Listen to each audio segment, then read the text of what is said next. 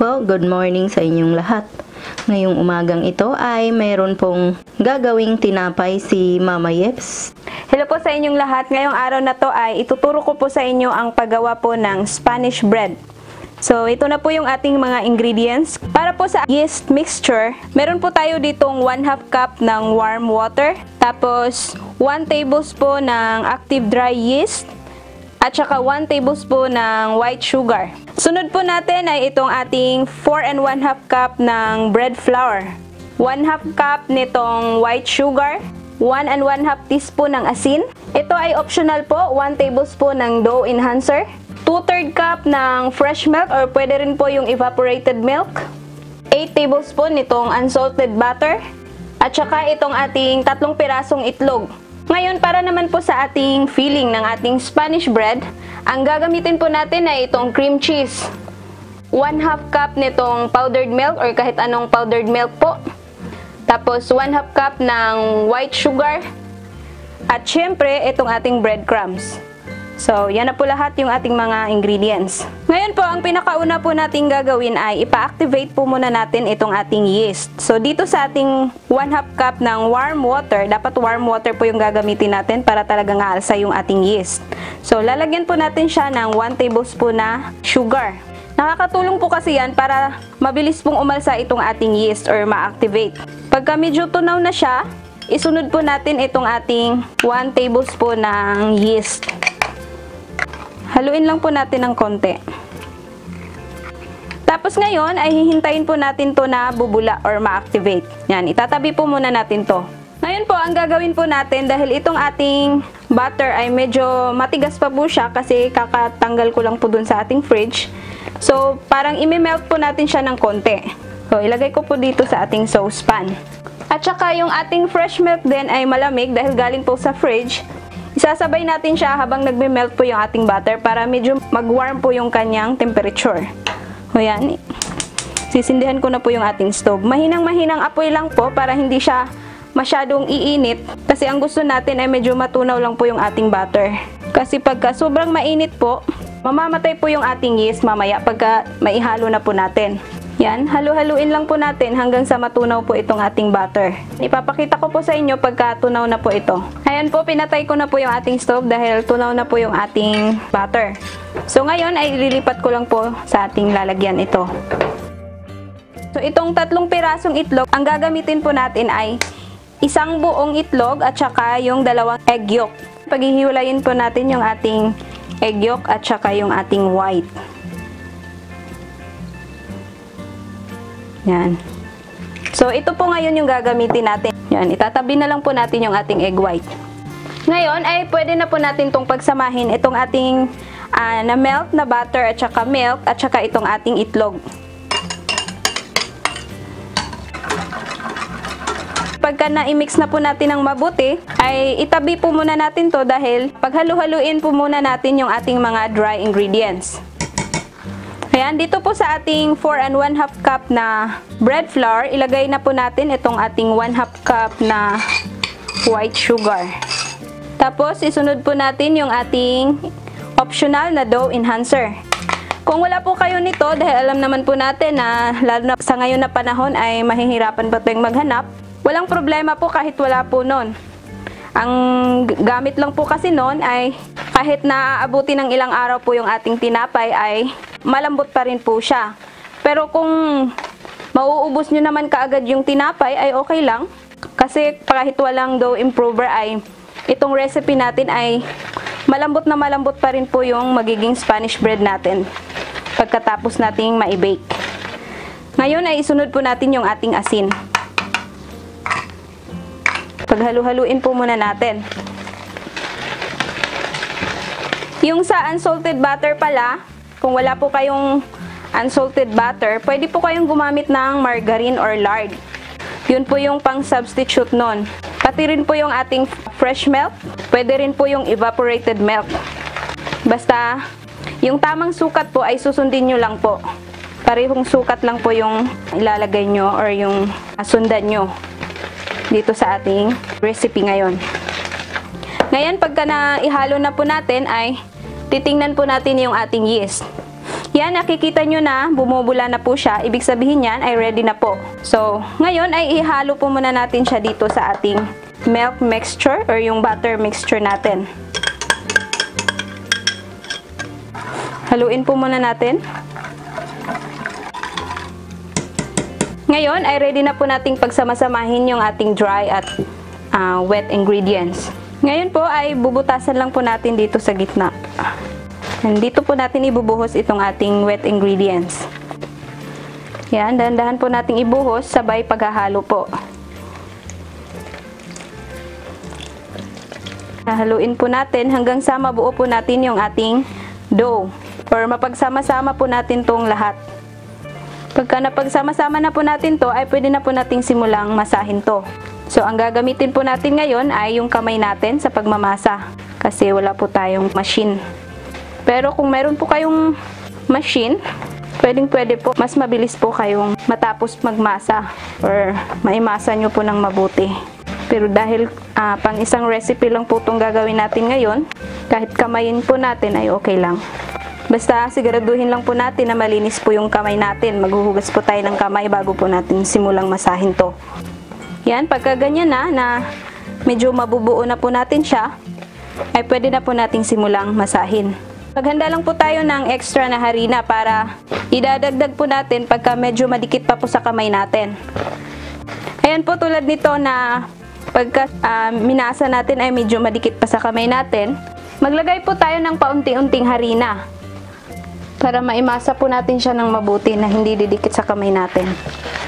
Yan, mamasahin lang po natin to ng mga 10 to 15 minutes or hanggang sa mapapansin natin na smooth at elastic na po itong ating dough.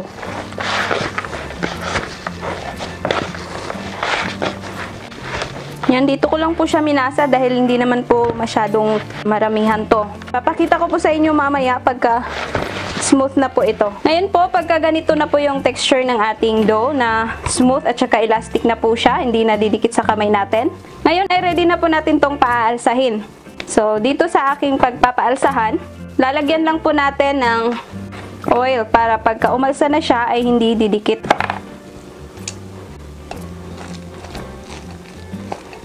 Tapos ngayon ay tatakpan na po natin siya. Pwede natin takpan ng tela or cling wrap or kung meron pong cover, pwede pong ito po yung ipangtakip natin. Yan, papaalsahin po natin to ng 1 oras na hanggang sa magdoble po yung kanyang size. Babalikan po natin after 1 hour. Ngayon po, habang hinihintay po nating umalsa yung ating dough, gagawin na po natin itong ating palaman or magiging filling ng ating Spanish bread. So yan, bubuksan ko na po itong ating cream cheese. Ngayon, kung ayaw nyo po ng cream cheese or wala po kayong cream cheese dyan sa lugar nyo, pwede po kayong gumamit ng star margarine. Pagka star margarine po yung gagamitin nyo, mga nasa 1/2 cup po yung sukat. Tapos, magdagdag lang po kayo ng harina, mga 4 tablespoon kung margarine po. Kasi itong cream cheese, yung kaibahan lang po kasi nito ay pagka na ipalaman na po natin, pagka medyo bubuka po yung ating Spanish bread, ay hindi po siya aapaw or matutunaw. Hindi tulad nun sa star margarine, pagka mainitan siya, ay matutunaw po. Kaya kung star margarine po yung gagamitin natin, ay lagyan natin siya ng kunting harina para maging intact pa rin po yung ating palaman. Maganda po pagka cream cheese ay nasa room temperature siya para mas mabilis po natin siyang maihalo. So ngayon, lalagyan na po natin itong ating 1/2 cup na white sugar. So depende na po yan sa inyo kung gusto nyo ng medyo matamis or ayaw nyo ng medyo matamis. Kayo na po bahalang mag-adjust ng ating sugar. Haluin muna natin to hanggang sa ma-mix po natin ng mabuti yung ating asukal at saka yung ating cream cheese. Tapos pwede na din po nating isabay din itong ating powdered milk. Kahit anong powdered milk po ay pwede po. Itong gamit ko ngayon ay Bear Brand lang po to. Pwede po kayong gumamit ng Alaska or Nido. Yan, depende na po yan sa inyo kung ano po yung available sa inyo. Basta wag lang po yung powdered milk na iniinom ng mga bata kasi masyadong ano po yun, medyo matapang po yung kanyang amoy at saka lasa. Paghalu-haluin lang po natin to ng maigi hanggang sa maging smooth din po yung kanyang texture. Yan, pagka ganito na ano na siya, na pino or na-mix na po natin ng mabuti, ay ready na po to. So, ngayon ay hihintay na lang po natin na ready na yung ating dough para masimula na po natin gawin yung ating Spanish bread. Ngayon po, after 1 hour ay babalikan na po natin yung ating pinaalsa na dough kanina. Ayan, nagdoble na po yung kanyang size. So, ngayon, palalabasin po natin yung hangin sa loob. Tapos, ilalagay po natin siya dito sa ating lamesa. So, lalagyan ko siya ng kunting harina para hindi siya didikit. Ngayon ay ready na po natin tong putol-putulin. Kayo na po bahala kung gaano kalaki po yung gusto nyo sa inyong magiging Spanish bread. Ayan, mga ganyan kalaki po yung gusto ko. Ayan, itabi ko po muna dito.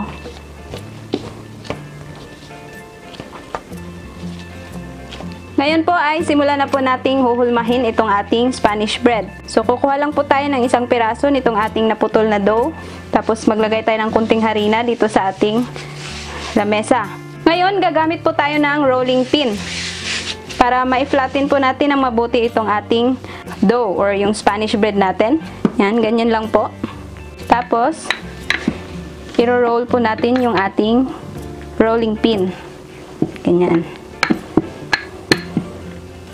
Yan, pagka ganyan na po yung kanyang hitsura, ay pwede na po nating lagyan ng ating ginawang filling or palamanan kanina. Yan, papahiran lang po natin dito sa gitna. Or pwedeng lagyan nyo po lahat kasi itong gamit natin ay cream cheese. Hindi po siya aapaw pagka na-bake na po natin. Kayo na po bahala kung gaano karami po yung gusto nyong ilalagay na palaman. Pagka nalagyan na po natin, pwede na po natin siyang i-roll.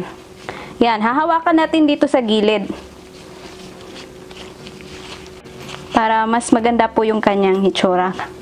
Pagka na-form na po natin yan. Tapos ngayon, yung ating breadcrumbs ay hinanda ko na din po. Isasaw na natin siya kaagad dito sa ating breadcrumbs para didikit pa yung breadcrumbs natin. Tapos ngayon, meron na po akong nakahanda din ditong baking sheet para hindi po didikit yung ating or masusunog yung ating Spanish bread. Pero kung wala po kayong ganito, pwede nyo pong pahiran yung ating baking pan ng butter or margarine. Ayan na po, natapos ko na pong nahulma lahat itong ating Spanish bread. So ngayon ay papaalsain po natin to ng mga 30 minutes. Tapos, ready na po nating i-bake. Ngayon po, habang hinihintay po natin na medyo umalsa po yung ating ginawang Spanish bread, ay i-preheat na po natin yung ating oven sa 375 degrees Fahrenheit. Ngayon, kung Celsius naman po yung settings ng inyong oven, ilagay nyo po sa 190 degrees Celsius. So yan, hihintayin po natin na uminit yung ating oven at ready na po nating isalang yung ating Spanish bread. Ngayon po, after 30 minutes, ay medyo lumaki na po yung ating Spanish bread. So ngayon, ay ready na po natin itong isalang sa ating oven. Dito natin siya ilalagay sa ibabaw para magpantay po yung kanyang luto, hindi masusunog kaagad yung ilalim. Lulutuin po natin to ng mga 10 to 15 minutes or hanggang sa maging golden brown po yung kanyang kulay. Babalikan po natin after 15 minutes. Ngayon po ay 15 minutes na po ang nakalipas. Pinatay ko na po yung ating oven. So ngayon ay kukunin na po natin yung ating Spanish bread dahil luto na po ito. Yan, napakaganda po yung kanyang kulay. Tamang-tama lang po yung kanyang pagkaluto.